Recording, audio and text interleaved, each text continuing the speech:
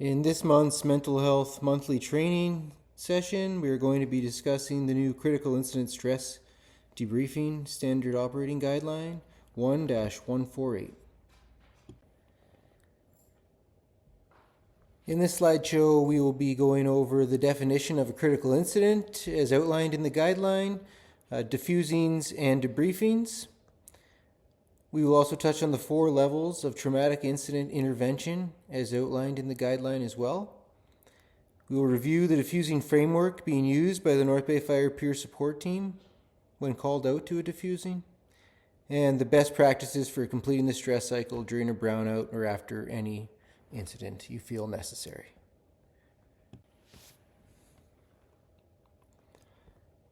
The definition of a critical incident in this guideline is a little different than the one we're normally used to seeing, but in this guideline, a critical incident is defined as any situation faced by a person that may cause them to experience unusually strong emotional or physical reaction and may overwhelm or threaten to overwhelm a person's coping mechanisms, either at an incident or afterwards.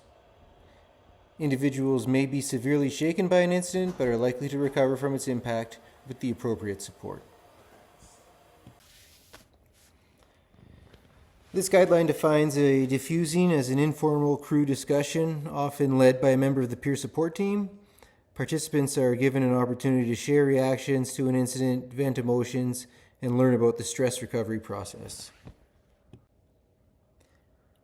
The OG describes a debriefing as a more formalized group discussion designed to address a particularly distressing critical incident. Ideally, debriefings occur between 24 to 72 hours after an incident and are led by a mental health professional and a member of a peer support team. Level 1 in the intervention process will be officer-led discussions. So officer-led discussions will be a semi-annual check-in led by the company officer surrounding mental health. This conversation provides an opportunity to discuss and share any challenges members of the crew may be having, discuss some coping strategies that may or may not be working for us, and just establish a social connection surrounding wellness, which can help us complete the stress cycle, reduce those cortisol levels, and bring us back to kind of that state of feeling a bit more normal. This is an attempt to be a proactive step in limiting the effects of trauma by, again, completing that stress cycle and emptying our cup a little bit.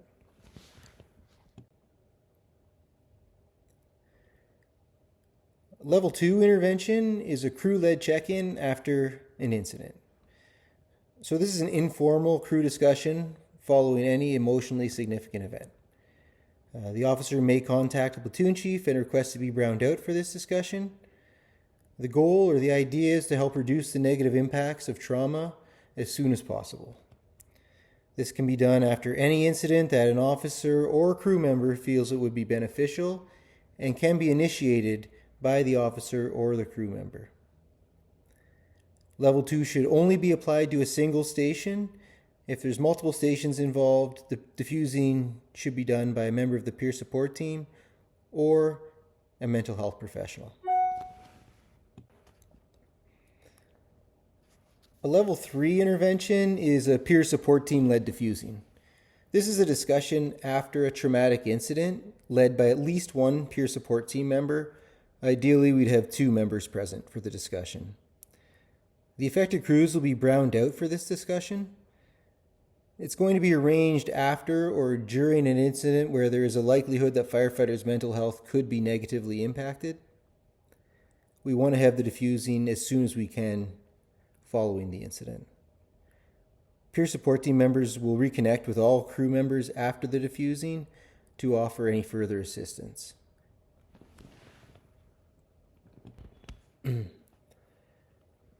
Level 4 intervention is a critical incident stress debriefing.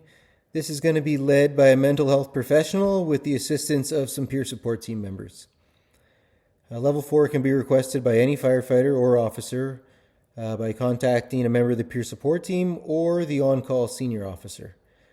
Arrangements for a debriefing must be made by the on-call senior officer. This should happen, the debriefing, within 72 hours of the incident when possible.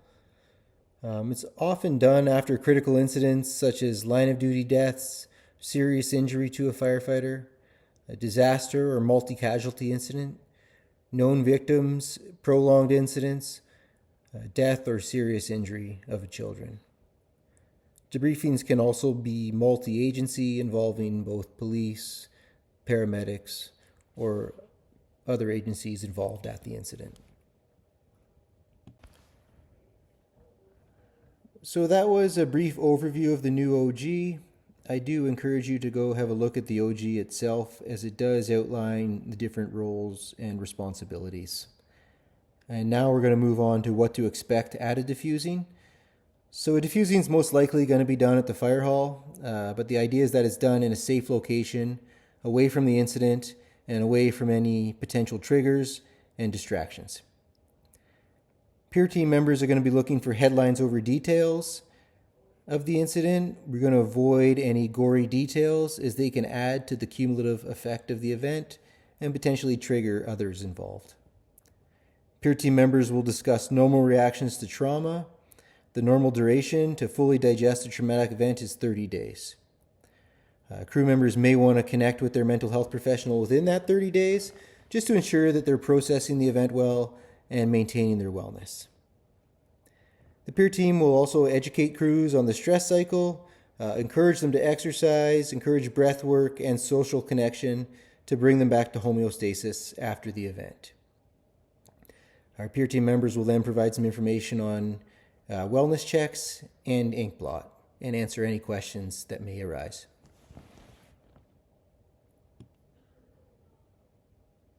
Now we're going to go over what we can do during a brownout to help bring us back to level ground. So exercising as soon as possible following a traumatic event, or any incident really, will help reduce cortisol levels and help bring us back to homeostasis. Exercising as little as 20 minutes, going for a walk around the hall, run on the treadmill, lifting some weights, or even working out as a crew can be really beneficial. Working out as a crew, actually, or participating in and preparing meals as a crew, can help provide that social connection that also helps complete the stress cycle. Breath work and yoga can also be beneficial for us, and that can be as simple as just sitting and paying attention to your breathing. Peer support team members are always available if you have any mental health related questions as well. Next steps in regards to this OG. I understand that these discussions can be very difficult and uncomfortable when it comes to mental health sometimes, so providing training and facilitating and guiding these conversations is very important. We are also going to schedule some peer team visits in the coming months to review the OG and answer any questions in person that people may have. And we want to also encourage everyone to practice completing the stress cycle. We don't always want to wait for that emotionally significant event to start completing the stress cycle. If we do it a little bit after every call, it'll be a normal practice for us when that emotionally significant event does occur.